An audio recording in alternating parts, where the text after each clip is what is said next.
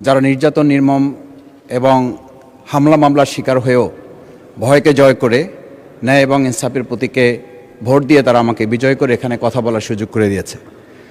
মাননীয় স্পিকার, আপনি জানেন আজকে আমরা যখন এখানে দাঁড়িয়ে কথা বলি তখন আমাদেরকে এটা ভাবতে হচ্ছে যে আমরা কথা বলতে গিয়ে আবার বিগত 17 বছরের কোনো একটা বৈষম্যের মধ্যে পড়ে যাচ্ছি কিনা।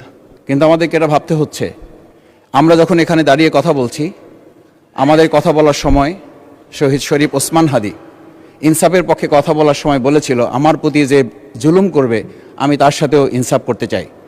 আমরা লক্ষ্য করেছি এই সরকার প্রতিষ্ঠিত হওয়ার পর শরীফ ওসমান হাদির ব্যাপারে তার বিচারে কতটুকু কার্যকারিতা নিয়ে এসেছে তা আমরা এখন পর্যন্ত জানতে পারিনি।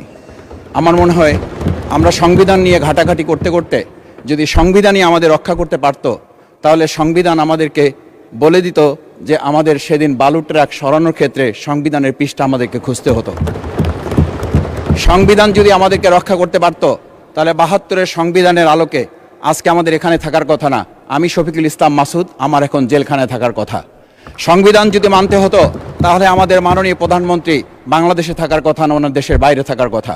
সংবিধান মানতে হলে বর্তমান স্বরাষ্ট্রমন্ত্রীর এখন দেশের বাইরে থাকার কথা ছিল। সংবিধান মানতে হলে যে বাচ্চাদেরকে আজকে এখানে শিক্ষা দেওয়া হচ্ছে, দীক্ষা দেওয়া হচ্ছে, কিংবা তাদেরকে কোনো কোনো ক্ষেত্রে জাসদের সাথে তুলনা করা হচ্ছে, সেই বাচ্চাদের নিয়েই আমরা এই সরকার দলের লোকদেরকে, সরকার দলের সম্মানিত নেতৃবৃন্দকে আমরা চোখের পানিও ফেলতে দেখেছি, আবার কাউকে কাউকে কথা বলতেও শুনেছি যে এই সমস্ত বাচ্চাদের, আমরা তাদের শিক্ষার্থীদের আন্দোলনের সাথে আমাদের কোনো সম্পর্ক ছিল না।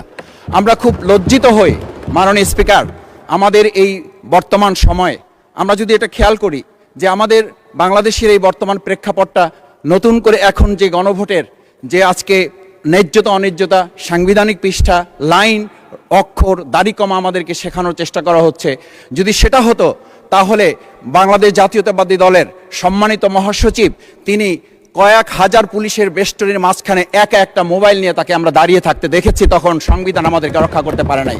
মাননীয় স্পিকার, আমি 350 মামলা নিয়ে 7 মাসের ব্যবধানে আপনিও আমার 2-1টা মামলাতে আপনি আমাকে সহযোগিতা করেছেন, সেটা এই সুযোগে ধন্যবাদ জানাতে চাই।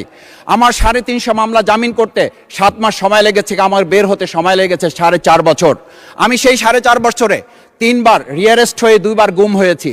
আমি তখন ডিজিএফআই, এনএসআই, ডিবিএসবির কাছে জানতে চেয়েছিলাম আমার সামনে দিয়ে বড় বড় নেতারা বের হয়ে যাচ্ছে, আমার অপরাধটা কি? তখন বলেছিল তারা হুমকি না, হুমকি হচ্ছেন আপনারা।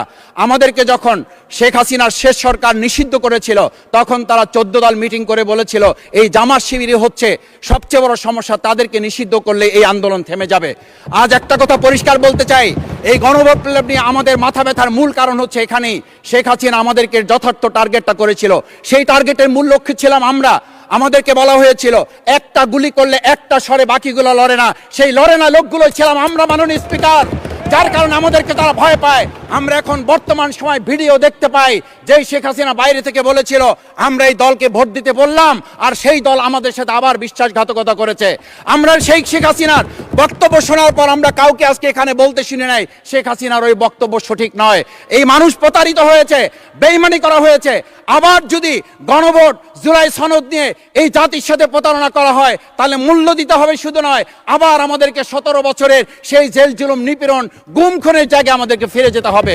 আমি মনে করি পরিষ্কার বক্তব্য, গণভোটের প্রতি সমর্থন না জানিয়ে জুলাই সনদকে যদি আজকে ইগনোর করা হয়, তাহলে আমাদেরকে কিন্তু আবার সেই গুম খুনের আয়নাঘরের দিকে আমাদেরকে ধাবিত করা হবে। আমি মনে করি গণভোটের বিরোধিতা করার অর্থ হচ্ছে আমরা আয়নাঘরকে সমর্থন করতে চাই। গণভোটের বিরোধিতা করা মানে হচ্ছে 70% মানুষকে আমরা অন্যায্যভাবে তাদেরকে আবার ধিক্কার জানাতে চাই। আমি এখানে স্পষ্ট বলতে চাই, আপনারা যেমন 51% সমর্থন নিয়েছেন, 70% প্রায় জনগণ কিন্তু গণবিপ্লবের, গণভোটের পক্ষে তারা রায় দিয়েছে। আপনাদের চেয়ে সেই 51%-এর তুলনায় সেই 70% প্রায় গণভোটকে যদি আপনারা ইগনোর করেন, তাহলে আমি বলবো আমার বাউফল, আমার পটুয়াখালী শুধু নয়, গোটা বাংলাদেশ আবার জেগে উঠে গণভোটকে তারা কার্যকর করতে।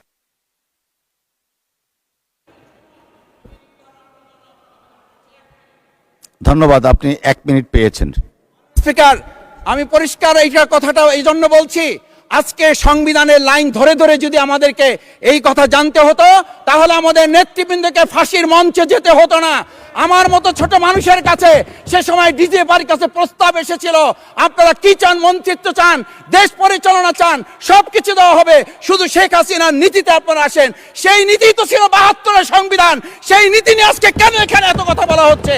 আমরা পরিষ্কার জানি, আমরা যদি সেই ৭২-এর সংবিধানকে ভালোবাসি, তাহলে এখানকার নেতৃবৃন্দ এবং মরহুমা বেগম খালেদা জিয়া নিজ